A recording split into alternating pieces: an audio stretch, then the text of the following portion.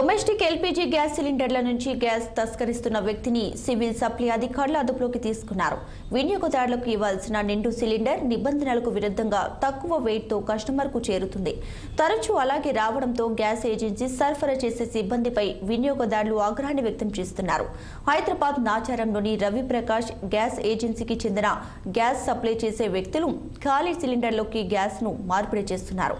నిర్మానుష ప్రాంతంలో నిండు సిలిండర్ నుంచి ఖాళీ సిలిండర్లోకి గ్యాస్ మార్పిడి చేస్తుండగా స్థానికులు చూసి పట్టుకున్నారు. సివిల్ సప్లై అధికారులకు సమాచారం అందించడంతో అధికారులు సిలిండర్లతో సహా వ్యక్తిని అదుపులోకి తీసుకున్నారు. అనంతరం నాచారం పోలీసులకు అప్పగించినట్లు ఏఎస్ఓ బాలరాజు తెలియజేశారు. నేను assistant civil supply officer Uppal 2.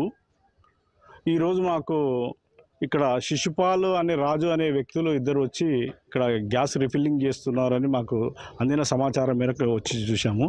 వస్తే అతను శిశుపాల్ అనే అతను ఉన్నాడు, రాజు అనే అతను ఎక్కడో వెళ్ళిపోయాడు, లేడు, ఇక్కడ నుంచి ఫరారాయిలు ఉన్నాడు.